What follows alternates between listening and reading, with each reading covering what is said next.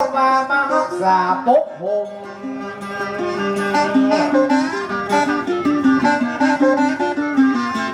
ยกมือสินิ้วไก่กิ้วเกษาเสื้อวัดเสื้อวามารักษาที่นี่เมื่อแม่ละรักษาน้องพี่หงวัวเฮานี้กระตึงเข้าตึงหนุ่มนอนใน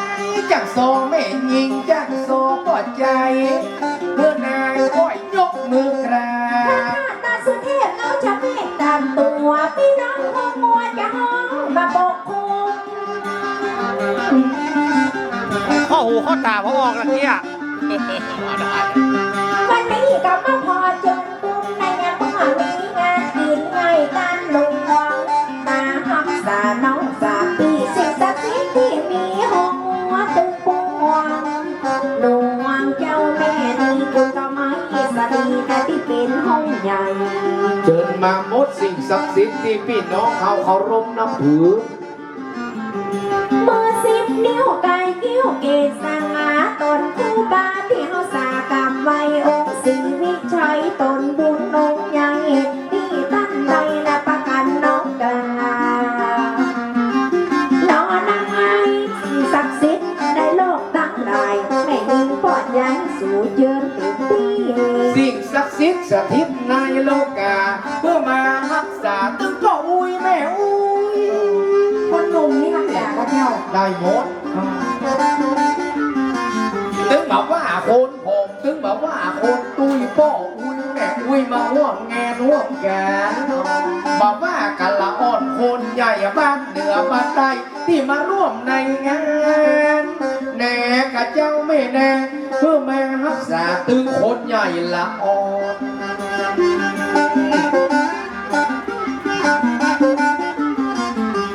สิ่งศักดิ์สิทธิ์สถิตในโลกาเพื่อมารักษาละสักแทนพี่น้องตึงแล้วบอกว่าพ่อเท่าแม่มอนพี่น้องหมู่สองวงงัวทุกท่านในมอนตะบุญแม่กาเอาเบอร์สัมผัสน้องถึงบังละเพื่อมองได้อยู่ดีมีโจ้พระเจ้าจะขอเชิญแบบคุณจ้อยคุณซอถึงเวลาแล้วน้องมาจูจ้อยก่อนอันนี้มันลวกเขาเฮ้ยตะวันตั้งหัวเจอครูบาอาจารย์อย่าเมื่อจังซอจะตากันมาลายล้อมครูบาอาจารย์ครูแม่คำพันตุ้งหลวงเมืองเปล่าจังซอพระเจ้าจะเชิญสักคำกำเจ้าแม่นาเชิญได้ลงมาหักษาแล้วน้อ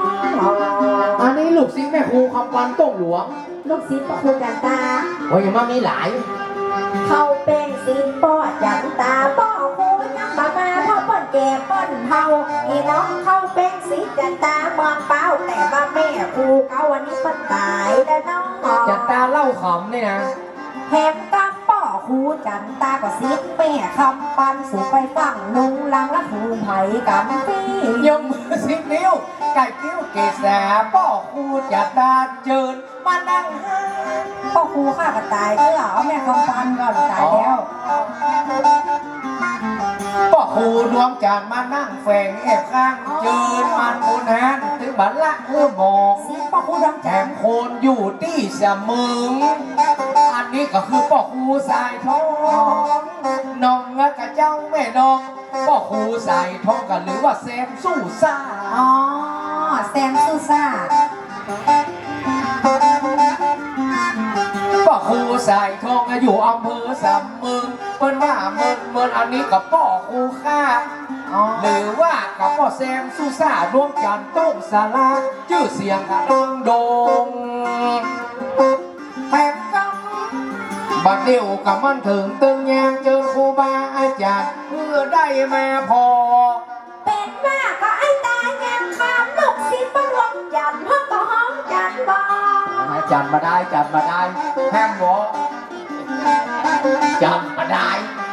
ศิษย์สายทองมาได้เสียที่หอยังเมื่อมาพอนะพี่น้องตั้งลายครูบาอาจารย์มาเป็นเอ็มพังวันนี้ก็จะเจอมาตึง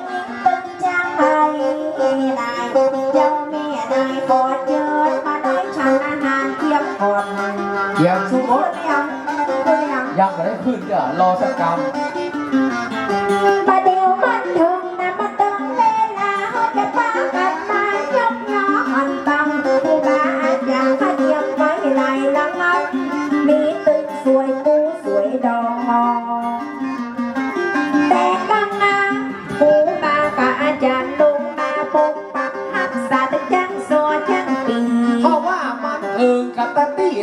ามขึ้นขันตั้งขันตามกันเดียวเฮาจะ ยังไปไหนเจ้า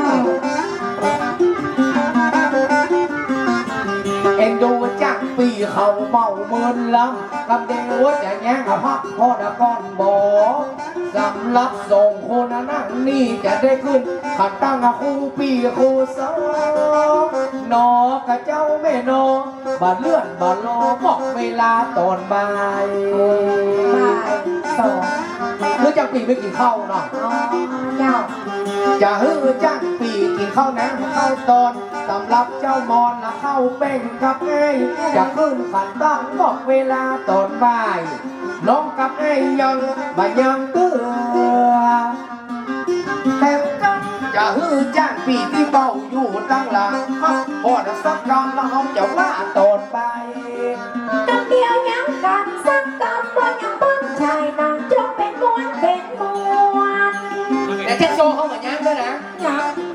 ห้องเพลงอยู่ ไอ้ห้องเองอยู่ เมื่อมีงานนั้นได้ยังนางม้วนเอาเป็นม้วนเป็นม้วนกันยังป้อนชายนางแต่ละครจบกันเป็นฉากวันนี้ก็จะป้าซ้อกันสักกำมันกำเจ้าปีกำมันจะไปติดยังซ้อไปเตียวเตียว พักจากปีสกรรมจากโซจากขึ้นจากตั้งเลยจากโซแห่งน้อย ยังปีนะที่โง่ตั้งหลังกินตั้งกันพร้อมกันนะมันน้อยเอาใจป้อนานเอาใจป้อน้อยมาที่หัดกันบ่อยมนในมีตึ้งแหกต้องเมื่อวัดเฮามีกินมีการสุขสำราญเหมือนกันน้องปี บุญนี้บัตาบุญแน่ประกาศแจ้งปีตั้งหลังก็สู่เขา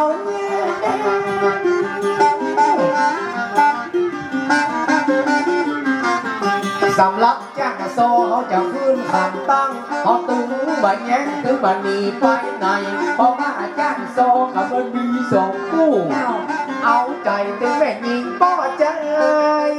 แน่กับเจ้าแม่ในโคตรหลายฟังไปหลายตื้อ ปั่นไปหน่อยบางคนไม่มีไปอยู่บ้านข้าม เขาจะได้ขึ้นขันตั้งขันตามขอพี่น้องคนฟัง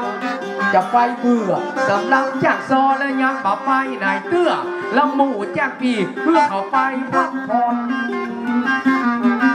แถมกำบทบาทนี้จะโหปูลูกวางจ้างที่สี่แสบเพื่อไปพักผ่อน